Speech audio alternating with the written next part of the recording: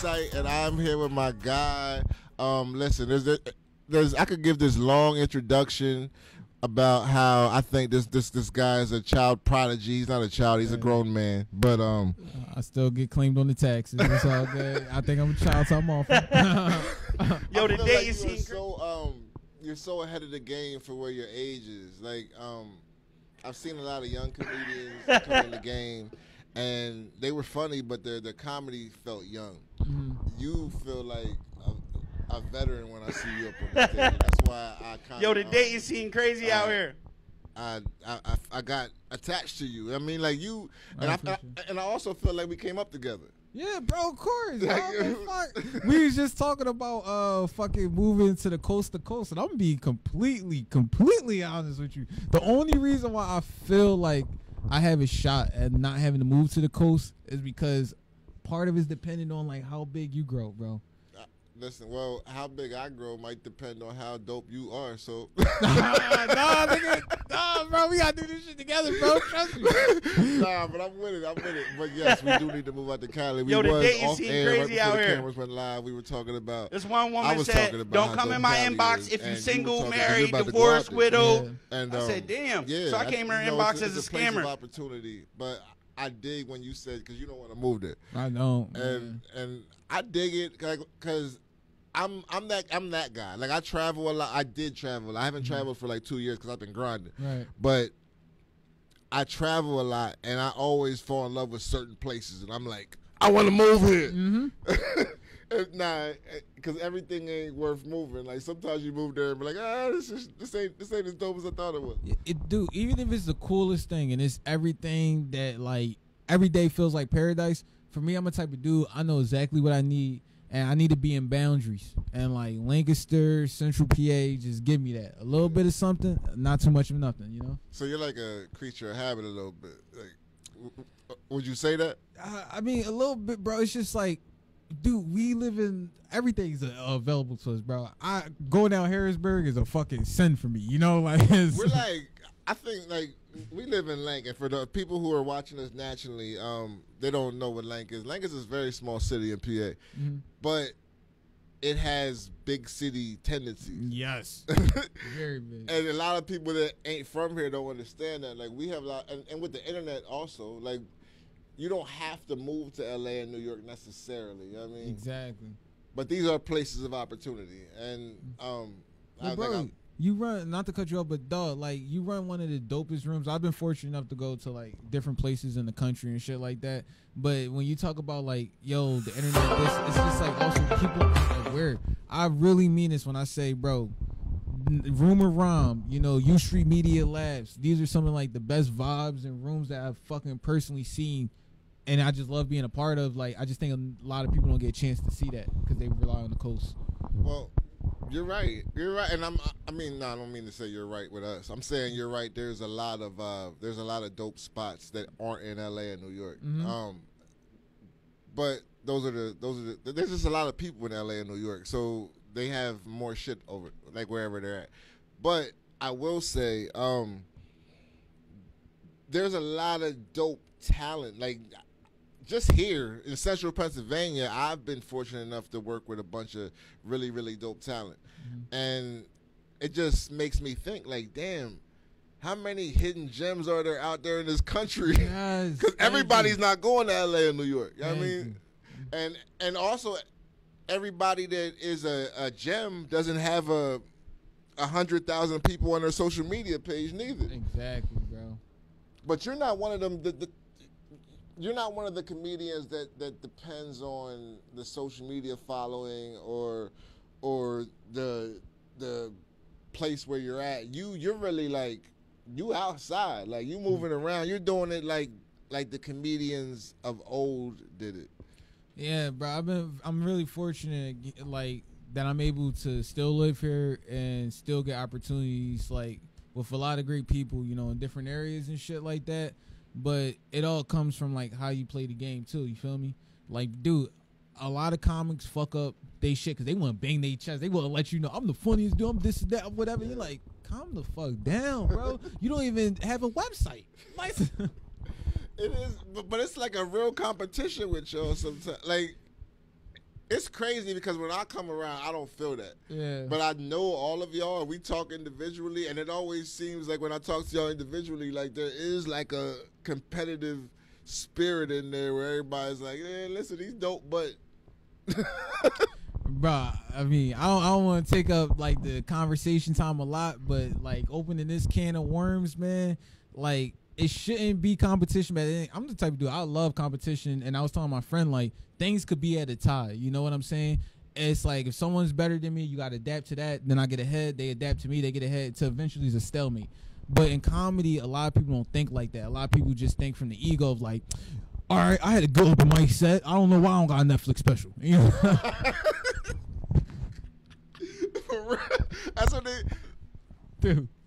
Bro, I be at open mics sometimes, bro, and I be sitting in the back, dog. And I just be really here sitting to work, and I will watch guys get like maybe a fucking laugh every 2 minutes or some shit. Yeah. Friends be like, yo, man, you killed it, this and that. Like, yeah, man, I need to be the best guy. Now, mind you, I'm doing my shit.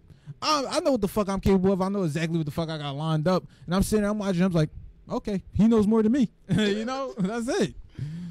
I like, and you're right. Like what you just said is like some of the comedians, they ain't funny, but they're also working on their material at the open mics too. Mm-hmm. You know what I mean? And I recognize that.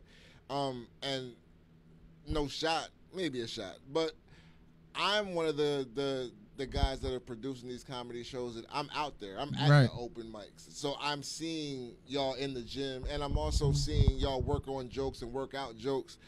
And a lot of these people that are doing shows or just common fans that are buying tickets, they don't realize the work that goes into being a dope comedian and crafting a joke. Right. Because these open mics are where you develop your jokes. Like, your joke might not be developed in 2 weeks. Maybe 2 weeks it didn't slap at the open mic. Yeah. But it might slap a month or two later. Exactly, yeah. And a lot of people don't recognize that. Some of these people that come to these open mics that are not real comedy fans, they come to these open mics and they're like, oh, all these people are trash. Like, right, and I could do this shit. That's exactly how they live. I could do this fucking dumb shit, you know? Go up and eat a dick, and you just sit there like, I thought you could do it, brother. Do you ever feel disrespected? Like, do you ever feel like people don't respect your craft? First of all, every comic, everywhere, no matter at all levels, they all feel disrespected. You know what I'm saying? It's all part of the ego and shit. You know what I'm saying? Because it's an art form. Think about it. For you to get up there and command the respect of fucking 200 plus or whatever is in the room, you got to have some type of ego. Yeah. You know what I'm saying? I just keep my shit in check. You know, don't try to let it like bleed off enough. Stay off the Facebook. But and I don't know how you are with everybody, but I know like when me and you converse, you never really hate on any comic. Mm-hmm. You might crack a joke here or there, and I know there might be a little truth in that joke. Yeah, of course. But you don't really. I don't hear like the hate come from you. But I see a lot of hate come from comedians on other comedians. I've even seen like some of y'all, not you, but like some comedians, like they stop talking or whatever. It's a lot of toxicness in our scene for sure, with no doubt. And with me, I just need like everybody to understand. Period. It's like, I just want everybody to do better, bro. Yeah. Like my dad was the type of person, bro. Like straight up, it wasn't good enough. If Tom Brady won 7 Super Bowls, winning 8 was a disgrace. Win 8 to show Tom Brady I'm better. You got to win 9 to reset the market, and 10 if I want to impress him. Listen, that's a high bar, but I ain't mad at it. Like, when you set the bar that high for someone, even if they fall short, trying to get to that level, they still gonna be up. Like, they still gonna be winners. And I'm not mad at that. But socially, it affect. I'm sorry, not to cut you off. Go ahead. No, you go ahead. No, I'm just saying socially, I seen how it affected my life a lot. You know, like, cause sometimes, bro, I swear to God, I love everyone. I try to speak from a place of love, but everybody's also not there, you know, or never had those standards put on them. So when you like, yo, you could get better. You actually got the potential, but you need to do this. Once you say that you need to do this, they're like, fuck you, motherfucker. I hope you die. I'm gonna piss on you. You know, that's how they are. That's just it. I didn't really have I didn't have that from my dad, like comparing me to the all-time greats. But I did have my pop telling me basically like, that's not good enough. When when the city was praising me, he wasn't impressed. and he was my idol. You know what I mean? So I dig it when you tell like I'm looking at him like, well, what can I do to impress you? Well, I mean, you've been fortunate enough. I mean, I'm not gonna sit here and say my dad isn't a good dad or whatever, but I never wanted to fucking impress my dad. It was more like I just want to beat you so you can shut the fuck up type of thing. You know, because my dad, he criticized. Bro, my dad wasn't in a lot of the shit that I was into, but had the most critical eye and just always just criticize. You know what I'm saying? Do you think he just wanted you to be better? Fuck no. It wasn't about, bro. I mean this humbly, but my peers, I mopped the niggas. Like, bro, I graduated high school at 17, college at 21. I was always a grade up. When he criticized, it was just at the point of what he wanted and what he thought should have been done. And he just couldn't take the fact that I was doing it my way. I think that my dad, and everybody watching this, I love my pop. I think at the time I was growing up, he didn't see the vision. Like, from the womb, I wanted to be a movie star or a professional athlete. It was going to be one or the other. Right. And my pops from the rip told me, you need a realistic job, basically. Like, he didn't say it like that, but he was just like, every time I said anything about any of these things that I wanted to be, he put that doubt in me. And I don't think he tried it. I think he did it because that's what he knew. He knew that he tried to shoot for those stars, and he missed. And most people miss. Like, if we're being real, most people don't become stars or professional athletes. So he's basically telling me, you need a backup plan. Right.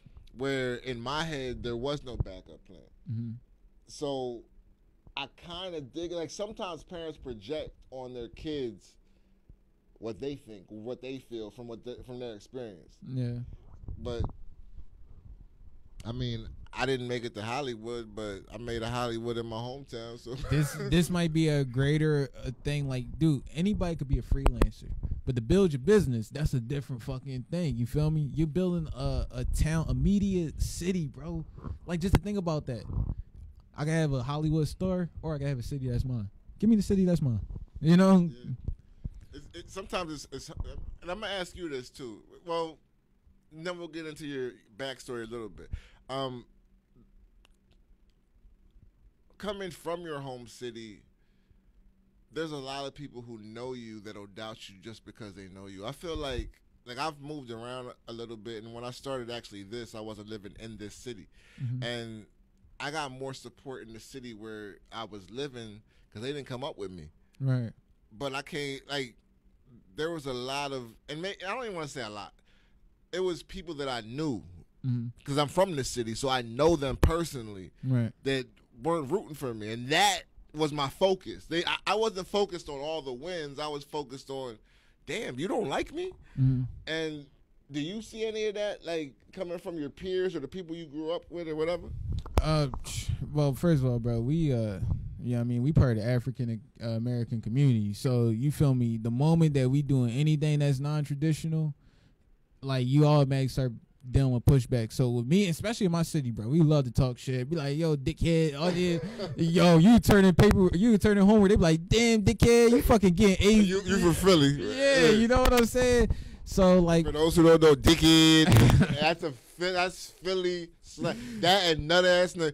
Bro, nah, you drawing, bro. You on some shit, Patch. Yo, trust me. Like, I can get into that shit all day, but it's like, bro, I went through that shit my whole life. You feel me? Like, I come from, inner city living Southwest and, like, Darby. You feel me? When people hear Darby, they think Delco, but it was actually in 2018 the number 2 most dangerous city per capita. 67% of their residents in Darby. Yes, 60. Like, out of every 100,000 residents, 67% of 67 people was participating in, like, high crime and shit. You know what I'm saying? Yeah. So if you think about it in the per capita numbers, it was number 2 over Baltimore, all those places, and that's where I come from. But as I was coming from that shit, I was still the guy to, like, turn in my homework. You know, even though I was getting suspended and shit, my homies wasn't up to no good. Like, homies be selling drugs in front of me. I was like, hold on, I'm still gonna do this homework though. I got you. Keep the blunt rolled. we going to jail, but I'm gonna be on time with this, you know. So were you always funny, even back then in school? Like, did your boys be like, yo, this Josh the funny one? Like, a little bit of both. You feel me? Like, again, in our community, like that, they love when I talk that shit. You feel me? Yeah. Like I was always doing for like bidding and roasting and all that shit. But when you talk about like the stories and the dialogue and shit, I think my friends in school and like my teachers and stuff knew, because that was the setting where you could learn somebody more, you know? Yeah. And you do have like a gift for like storytelling, like, and everybody don't have that, and everybody is not a fan of that kind of comedy. Like, I'll say this: me and my wife go back and forth all the time. We watch. I'm a super comedy fan. Before I started doing any of this, that's why I got into this. But I watch everything, like the big names, little names. I watch everything. And my wife likes the goofy shit. She likes the ones that are like really a lot of physicality, a lot of like the voices and all that. I like that. I respect that as a comedy, but I like the more intellectual shit. Right. I want you to build the story up, build the joke up, and then hit me with the funny. Like I'll say this too, I'm gonna put you on blast. My wife hates Dave Chappelle. And I'm looking at her like, what are you talking about? This guy is one of the greatest people who ever touched the mic. Like, what? She thinks he is not funny at all. And she hated his show and everything. And I'm just looking at her like, but she loves Kevin Hart. What? But there's people like that, because she's not even only, like, I thought that when she first told me, I was like, this is wild. You're bugging. Right. But there's people out there that really, like, they would prefer the Tracy Morgans, the Kevin Harts, the whoever's in that vein over the Chris Rocks and the Dave Chappelles and those guys. You know what I mean? I think there's just an honest conversation to have with that right there. It's just, personally, like, Kevin Hart, and this is not saying one needs to be respected more or whatever, but what Dave Chappelle do, people don't understand. It requires a higher level of difficulty to pull off. Like, this man risks his career with every fucking joke. Facts. And he's grown to the point where he's not even looking for the big laugh every time he says so. Like, he just says profound shit and gives you a chuckle in between that profound shit. Like, what? He's not looking for the big ha-ha no more. And that takes... People don't realize, like some the people that go in there like, oh, I didn't laugh that much, but they watch the whole thing. Yeah. You watch the whole thing because he's interesting. Yes. What he was saying is profound. And sometimes I feel like a lot of comedians, when they get older and more mature, they stop going for the big laughs, and they just want to get their point across. And if you chuckle along the way, that's fine, but I'm going to say what I feel. Exactly, yeah. That's Chappelle for sure. Those guys like Kevin, I'm not saying they do it for the money, but when that money start coming in, you just like, nigga, I deliver whatever joke you want. How about that? You know? Yeah, the difference between Kevin Hart and Dave Chappelle is like Kevin Hart's black excellence, Dave Chappelle's black history. That's just how it is. That's a dope ass. Yeah. That's not to be disrespectful to Kev, but that's just real talk. And I think, and like you said, like, no disrespect to Kevin Hart. I think Kevin Hart's funny. I think Dave Chappelle's a better comedian. I think Kevin Hart took comedy to a level it's never been taken to, as far as the business side of it. But what argument are you having, right? Like, he is a mogul, like a module, however you say that word. But he is a mogul. Mogul. There we go. He is that. But it's like Dave Chappelle supplied the whole city of Dayton with an economy in the pandemic through comedy. Like, that to me is a business feat that not too many people could hold underneath their belt. And Dave Chappelle is achieving that. I don't know what Kevin Hart and Chappelle's net worth is, but I know they can't be that far off. And Chappelle got there doing it his way. Like, Kevin Hart,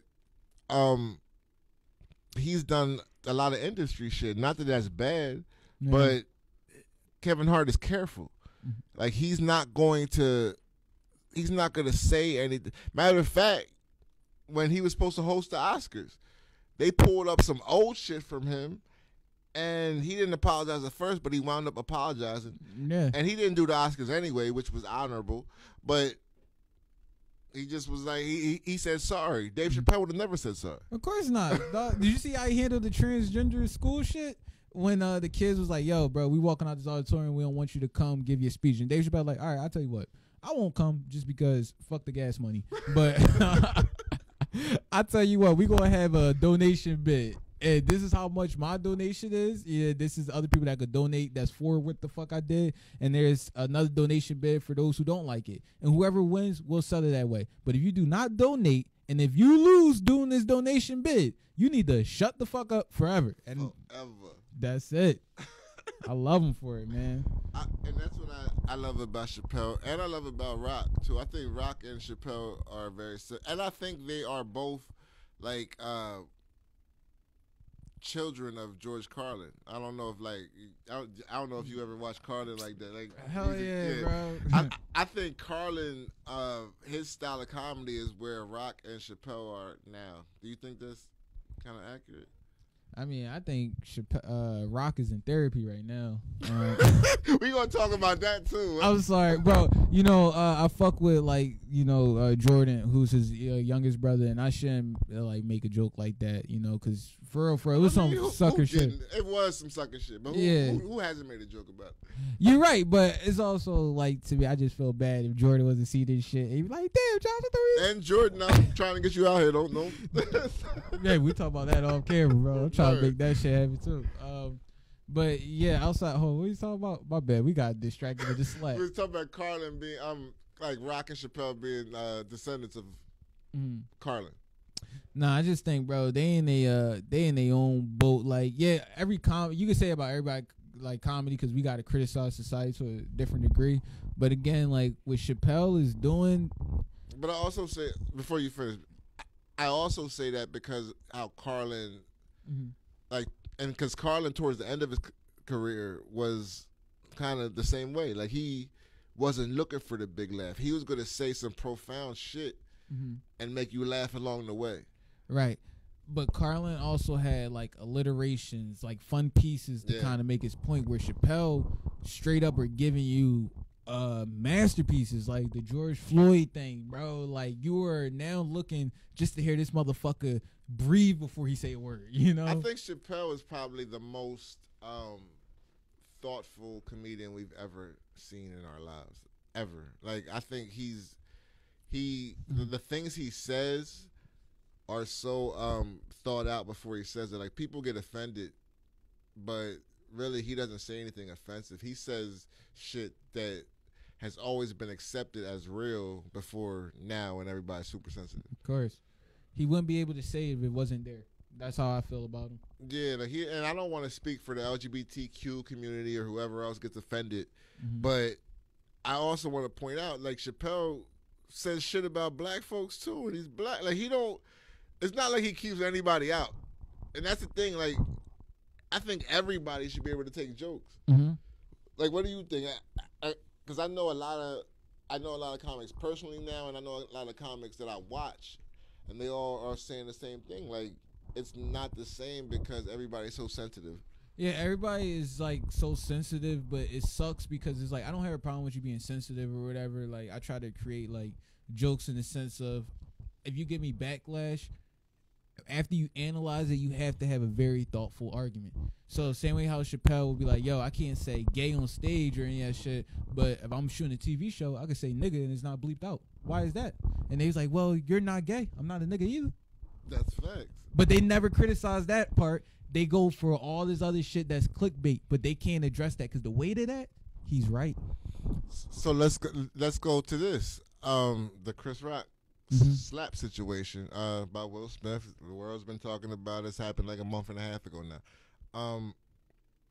I said this the first day it happened.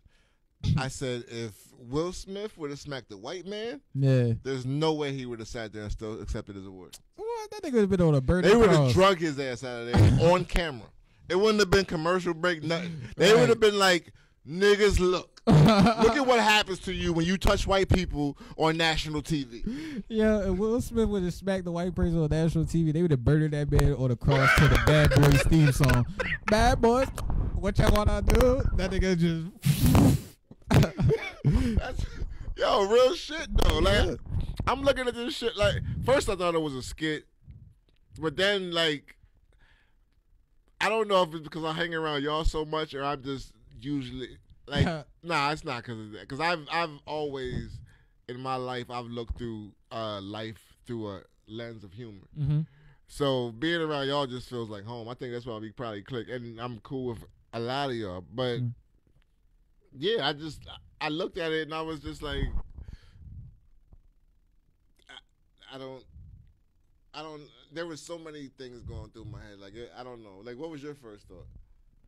I mean, I seen that shit live. So when that shit first happened, you was actually watching the Oscars. Yeah, and I normally don't admit that because I don't want people making fun of me. But you want to be on there someday. Yeah, I mean, honestly, it's not even about being. I just like movies and shit. I'll be honest with you, I'm that dude, bro. I fucking light a candle. I love movies. I'm not watching the Oscars, bro. That's cool, bro. I'm with you, bro. I do a lot of shit that I'm ashamed of in my life, bro. But I be drinking San Pellegrinos, watching the Oscars, you know. I'm a tamed ass nigga. That's what it is, bro. So you just home one of the ends watching the Oscars. Yeah, and I saw that shit happen live, bro. And I looked at my girl and I was like, "Hold on, did the cable go out?" Because you know the American version they cut that shit out. They cut it out. I did hear that they cut it out because they didn't. And they bleeped out the cussing when he was yelling, right? Right. So I had to go on Twitter and I saw the Japanese version. That shit fucked me up because it was like the interpreter saying that shit. So keep my wife's name out your motherfucking mouth. And all you hear chomp chomp chomp chomp chomp chomp. I mean, not to cancel me. I don't speak Japanese, so I had to fill that in. Cancel culture. They gonna go back and see that shit. He's making fun of it. He said chump chump chump. I'm like, nigga, I don't speak the language. What That's you what want it me to do? Like, right? Yeah, it was quick. Did you feel bad? Because, like I said, there were so many layers for me. I had to unpack it over days. Because I work in comedy, part of me was like, damn, like, comedians tell jokes. Mm-hmm. And that wasn't even hard. I was like, that was light. Like, right. I was like, that wasn't even a slapper. Like, you slapped that. Then I immediately went to, oh, that slap wasn't for Chris Rock. That slap was for all of y'all gonna stop playing with me. I'm about to make an example of him to show you you're gonna stop playing with me. Even though it just made people fuck with him more. And word on the street, he saw y'all Say Less episode of the August. I'm just saying, I heard that's what that slap was for. He said he saw that Say Less episode, wasn't fucking with that. Listen, I'm a super fan of Will Smith and I'm a super fan of Chris Rock. And I'm still a fan of both of them. Mm-hmm. I hope Will don't smack nobody else. Ain't gonna smack Jada because all the money he losing. That's what he gonna do. And I think he got to get away from Jada. But I don't like to. What I don't like to do, probably because I'm in a marriage, I don't like to speak on other people's marriage. Right. And I don't think. Like, I'm not mad at Jada for the reasons everybody else is. Mm-hmm. Like, everybody else is, oh, Jada fucked August Alsina. I'm not fucking with her. I'm looking at it like she's putting their business out there. And your marriage is your marriage. Mm-hmm. Like, I've already heard, I already know that they're both okay with open marriage. Her fucking August Alsina means Will was already outside fucking too. Yeah. Nobody's talking about that because this is what we saw on Red Table Talk. Will's probably fucking fat bitches. That's like, nobody want to talk about Will chicks. Will wasn't getting what she was getting. August compared to who Will was fucking. I don't believe that at all. Will was the prize. No, you saw how he, bro. Come on. I think Will is out there slaying the baddest of the bad. I think he's super in love with Jada, and Jada got him wrapped around her finger. First of all, you're not the biggest star in the world, and you're smashing tubes. That doesn't happen. Money and talent don't change you from being a sucker, bro. Money brings dimes. He could pay for dimes. He could pay for all the IG models that are getting 100,000 likes. Bro, but think about it. You among the Hollywood elites of the elite. You fucking a bad chick. Don't do it for nobody anymore. They more like, yo, you fuck like one of the Kardashians, and the Kardashians like, nigga, I fuck with you. You a sucker. I don't even think Will Smith would want when you're super rich, you don't look at another super rich chick like she's it. You just want the bad. I think here's what I think, and I don't. None of us know. I think they decided to have an open marriage. Will was out there slaying everything, and she slayed something, and it went public, and that hurt him. Mm-hmm. And I think she was probably the one to push the open marriage. I think that she should not be putting their business out in the streets because whatever they decided as a couple, it wouldn't be a big deal if only they knew. I'm with you, bro. That's why I like with me and my relationship, I try to keep it off social media because like we go through growing pains, we young and shit, and we don't need everybody. You know how many times I would have had to scrub my social media and then put my girl back up and we fucking kept everything public, you know? And that's the thing, like people even now, like transparency. I'm married now, but me and my girl been together since I was 23 years old. Right. We had a lot of fucked up shit happen. Like a lot of fucked up. If you're with anybody for 18 years, mm-hmm. chances are some fucked up shit happened in your relationship. Like some, and that's not for everybody to know. Exactly. A lot of people go through fucked up shit. Right. I mean, like, but that's their business. Mm-hmm. And we looked at Will and Jada like they was the epitome. Like they was on the level of Barack and Michelle and Jay and Beyonce. And then they started running their business. Now none of us looks at them like that because they ran their business. But that was their business before we knew. But I think Will's stock's been growing. The more we know their business, we like, all right, Will, you a pussy, but we want Will to leave. We want Will to leave her. Yeah. I think I hate to say this because I don't pray on nobody's divorce, but I think this marriage is a bad look for Will Smith.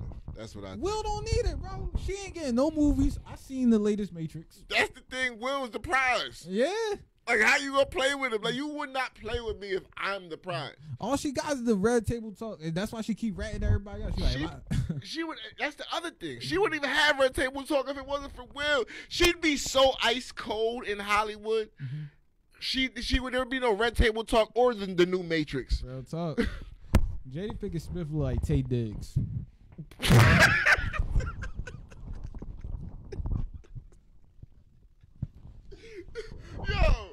you said she looked like Tay Diggs? Wow. Yo, when I get canceled for this interview, I cannot. Yo, for real.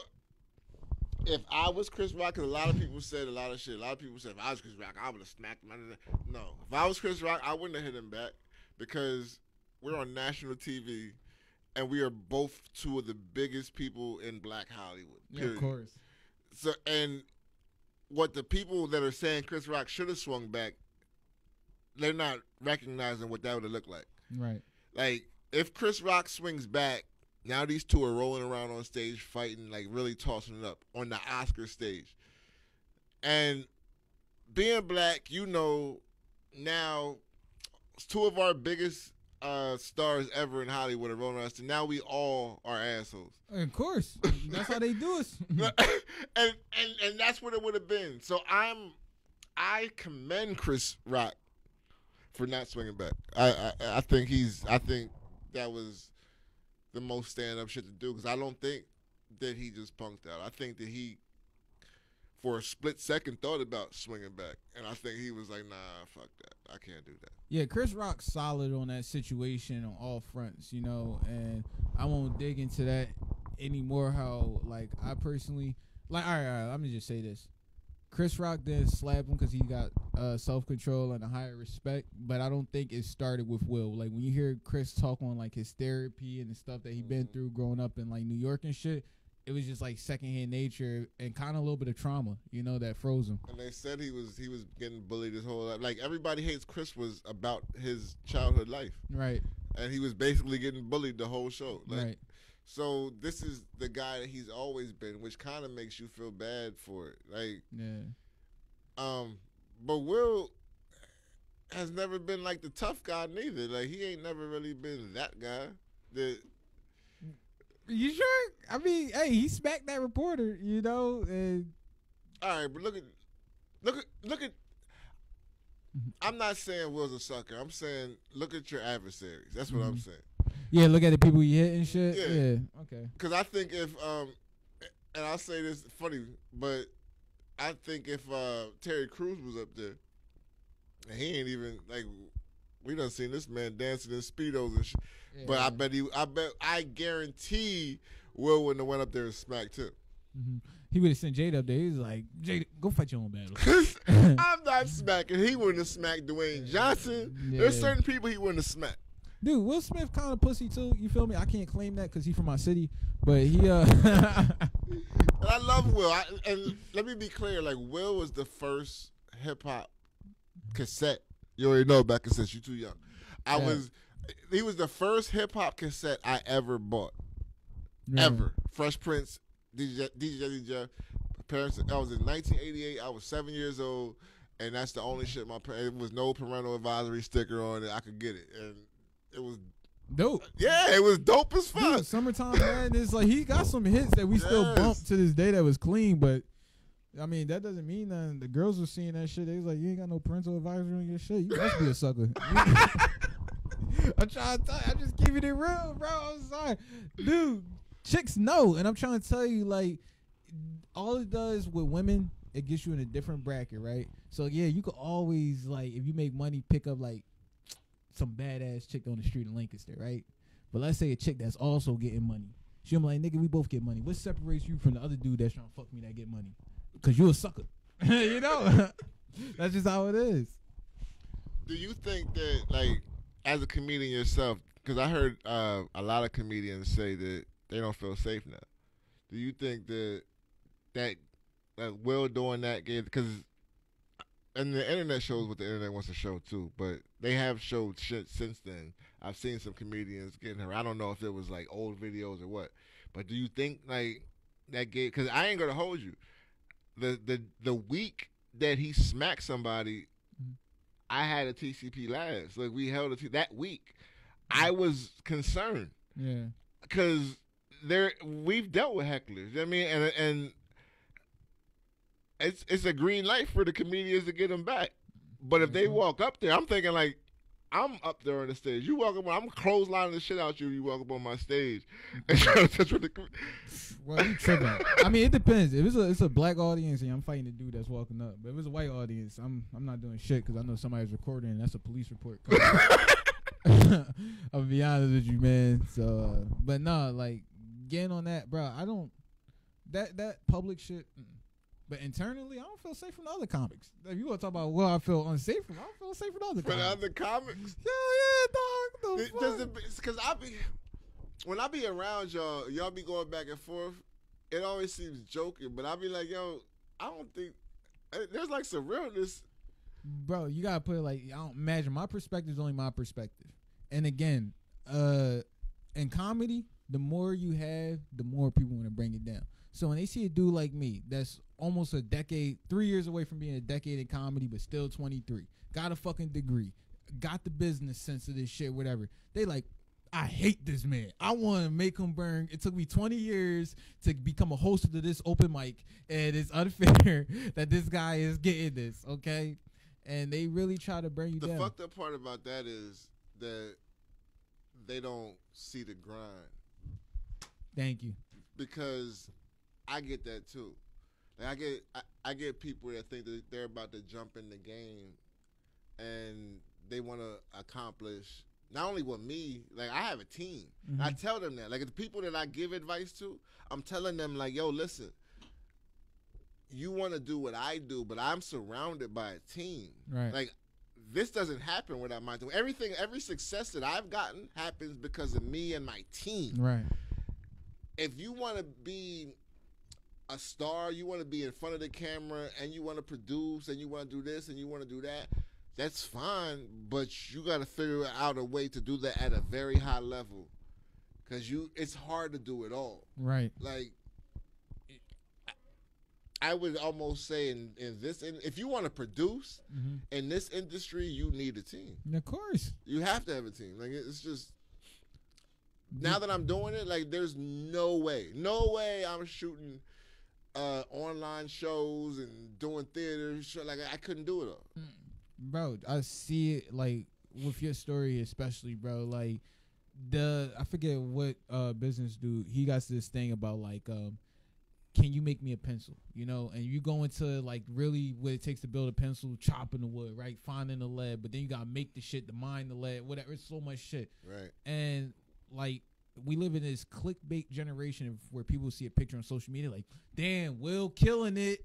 Damn, he doing this shit. And you like, oh, bro, first of all, before I even think of I killing this shit, like, which I'm going to think later, but I got to tell you, dog. Eat my flowers later. Yeah, you know, I can't do this alone. They don't see it. Word. And even if, like, they don't, like I said this yesterday, I had a meeting, and we was just talking, and I really meant this. Like, there was a time when I wanted to be the star. Like, I wanted to be a star. Like, when I started this shit, the media shit, I had 2 shows because I wanted to be the star. Really? And, well, no, I had the first show because I wanted to be a star. I never got that vibe from you. That, because by the time you came, I didn't want that no more. But, like, by the time you came, now, I get so much more gratification by seeing people that are on my shows shine, or them get a good look from being on one of my shows. Like, that feels so much better than, cause me, I don't even like people like that. Like, I don't have what it takes to be a star, just because I'm not with the bullshit.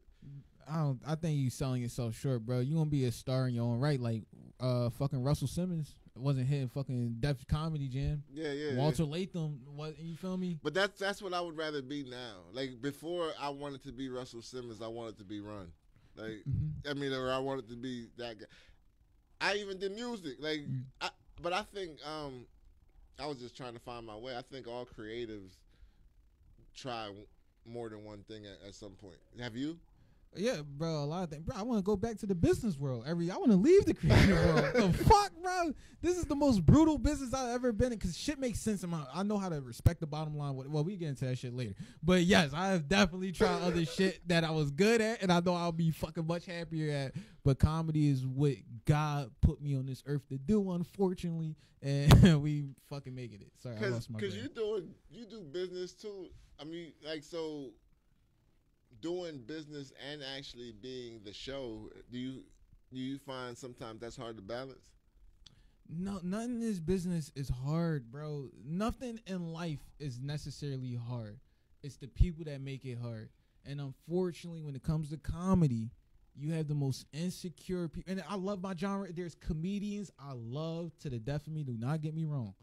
But, bruh, when I tell you I'm dealing with someone and you can't hit them, you cannot hit them. Bro, it's word of mouth business with insecure people. That calls for drama. I heard all comedians are insecure. Do you think that is true? Yeah, because even if you're not insecure, the business will make you insecure. Like, dude, I'm not necessarily an insecure dude. I try to be confident and shit. But the business that made me insecure, like if somebody don't text me back, I'm like, hold on, we good, bro? Are we all right? Yeah. They like, yeah, bro, what you mean? I'm just busy. And I'm like, all right, I'm just, because I got ghosted last week because some dude didn't like the fact that he found out I was 23 and I killed. And hey, I just want to make sure we good, man. It's weird. Do all comedians come from, like, we see this a lot just in the industry. Do like, in your experience from just being around comedians, do you think all comedians come from some kind of trauma or sad story? Because they say the funniest people come from these horror stories. I think it's a little bit of truth to that. Like, the truly gifted ones definitely had some like humble beginnings, but we also live in this day and age where the game changed so much where, dude, you see some specials, there's some therapy sessions out there. That's all it is. Ain't no jokes. It's just I'm fucking dealing with, hey, we know what I'm talking about, bro. Yeah, for sure. A couple of our shows started like that. Hey, man, we ain't trying to rat no eye. Hey, we got business to save, all right? Word. I definitely I've seen some comedians go up there and look like, I was panicking, looking like, yo, you're not doing this right now. It's like they want to talk to the crowd and think that the crowd is their therapist, and I'll be like, no, bro, you better tell them jokes, nigga. I work this 10 Make me laugh. Right.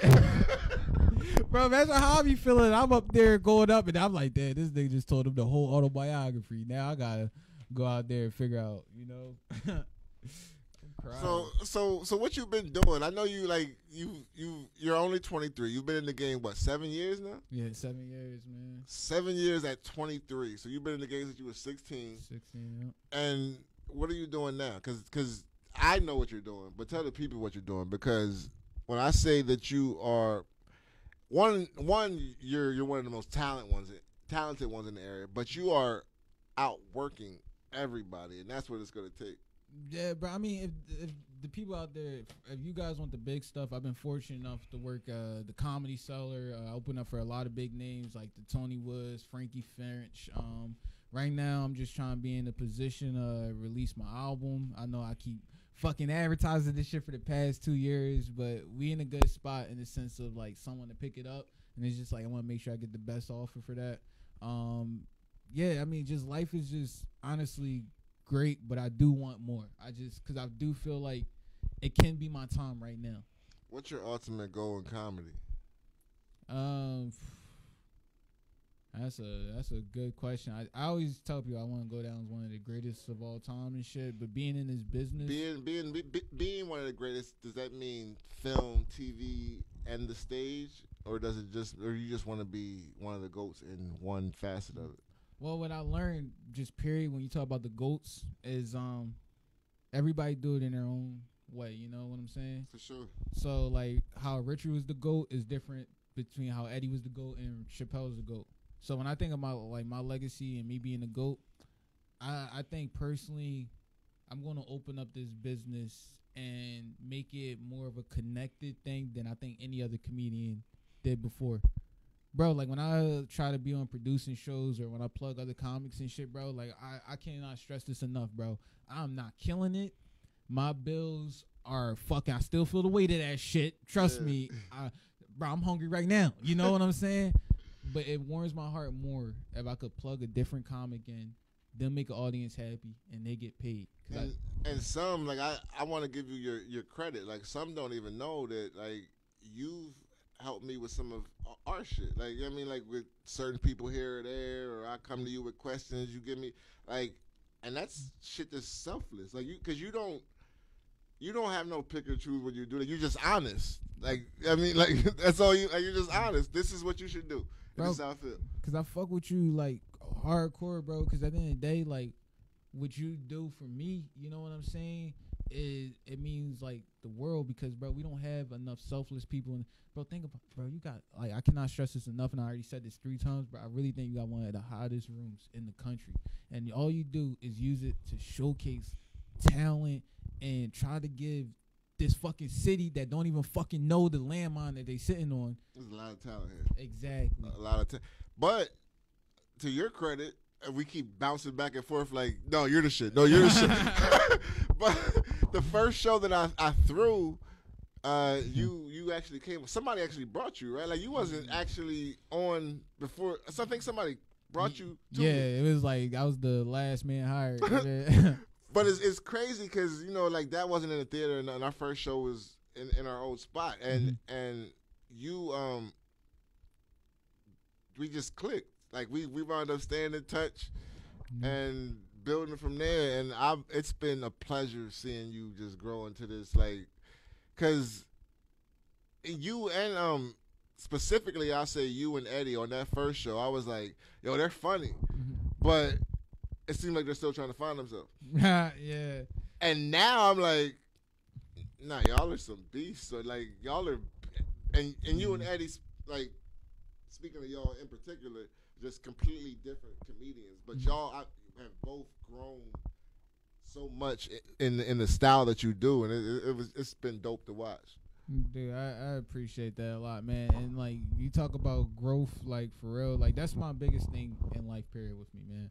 I'm always conflicted because, like, coming into, I guess, that was the first show back, too, bro. That was the 2021, January 23rd. I still remember that shit because I was like, damn, like, that was dope. It was, like, the TV that was after the pandemic, right? Yeah. And or in the middle, like. No, yeah, because it was in the middle because we couldn't do it because we couldn't do it publicly because so we did it in the Remember, we had the elections November 6, 2020. We were still on like kind of lockdown or whatever. January 23rd, we are doing our first shit, you know. Yep. So, but when I go talk about like the confliction and shit, bro, I just feel like there's always like good opportunity. Even in that span, I was still like kind of developing scripts for like NBC, but I don't want to go there. You know, I never wanted to. You hear this kid? He said he's 23 developing scripts for NBC and said, fuck that. No, I ain't gonna say like, hey, they would have picked my shit up. I would have went anywhere. They said we don't want your project. We want your talent on our staff. Would you do like an SNL type of thing? You know, it's crazy, bro. SNL used to be one of my biggest dreams, and the more I get to meet people in the industry and see it, I'm good on SNL, man. They change who you are, bro. I'm living my dream, to be honest, right here. If I could figure out a way for us to make $1 million consecutively, like every quarter, not even a yearly type shit. You know what I'm saying? If I put together a production team, I would like to build like a, not so much an SNL, more like a Living Color type of thing. Like I would love to do like a skit based thing with the talent that I know. Right. I know you're busy, but I think that y'all would body it. Like the people from the Central PA area that I really fuck with heavy, I think y'all would make a bomb ass show, and we could sell it to like one of these big streaming services. But that's just me trying to sell you on air. Bro, I think we could do. Bro, I want like people when they ask me to like do skits or whatever, bro. It's not necessarily like fuck the skits or whatever. I really want to give my all to something. And even with the Living Color, bro, I trust you, bro. I trust your team and production. But the people that I'm be working with, I already know it's gonna be some ego shit. And I'm just like, let's see the team first, you know. Dude, no doubt. So did we talk about like what the future looks like? We said that already. I don't know, bro. I know you got a lot of shit going on. I just wanted to, before we get out of here, I wanted to like mainly make sure you plugged everything. Did you got anything else you want to plug? Where can they reach you? I don't even know if I said your whole name. This is comedian Joshua DWEH. Look him up on every platform. He's fire. He even got a podcast out. Go ahead and plug that too. Dude, I appreciate the love so much, Billy. Like for real, man. But podcast Soothing Tide. You can find me Joshua DWEH. DWEH is the last name. Complicated. My dad's immigrant. You can find that on different like social media platforms at Believe in Josh. You know, on Instagram, and yeah, guys. Shows May 12th and 13th, Punchline Philly. Definitely need all the support and love if y'all could show that up. We got the Grass is Always Greener event. The Grass is Always Greener. Shout out to the Grass is Always Greener. That's gonna be a really dope event. For real, bro. Are you the only comedian on this bill? I am the only comedian, unfortunately. Josh is the only comedian on the bill. They do got a lot of music plans, a miniature golf tournament, it's a cannabis education event. So there's gonna be, you can get your medical card there. It's gonna be a really, really dope event. Make sure you pull up. They're really great. We're actually shooting a commercial for them tomorrow, and well, it won't be tomorrow for y'all because by the time this comes out, the commercial will be out. But you know, dude, I was so happy, dog, when they got you on board, because like, dog, not only you gonna like get word out, but like you gonna make that event different. I just don't think people understand like the feel when you put your hands on shit, because you hands on, you even talking about like the fucking with the comics, you know what I'm saying? Like going to open mics or whatever. Like you really, what's the dude that painted 16 Chapel? Like fucking craft that shit. You know what I'm saying? Michelangelo, like yeah. I don't listen. I take compliments like that. I'll accept them, but I don't know. Maybe I don't know if I don't know how to take compliments or whatever. But I'll be like, I just be like, I'm just working. And I want to see y'all shine. Like I really get a kick out of seeing y'all shine. But anyway, this is Joshua DWEH. He's the one of those. No, fuck that. He's the hottest comedian in the country right now. This man is 23 years old, and he's 10 years ahead of schedule. Please look up this man. Look up his pages. Follow him on every fucking platform. This is my brother right here, my little brother. But yeah, for sure. Yo, thank you for doing this. Bro, my God. Real shit. Peace.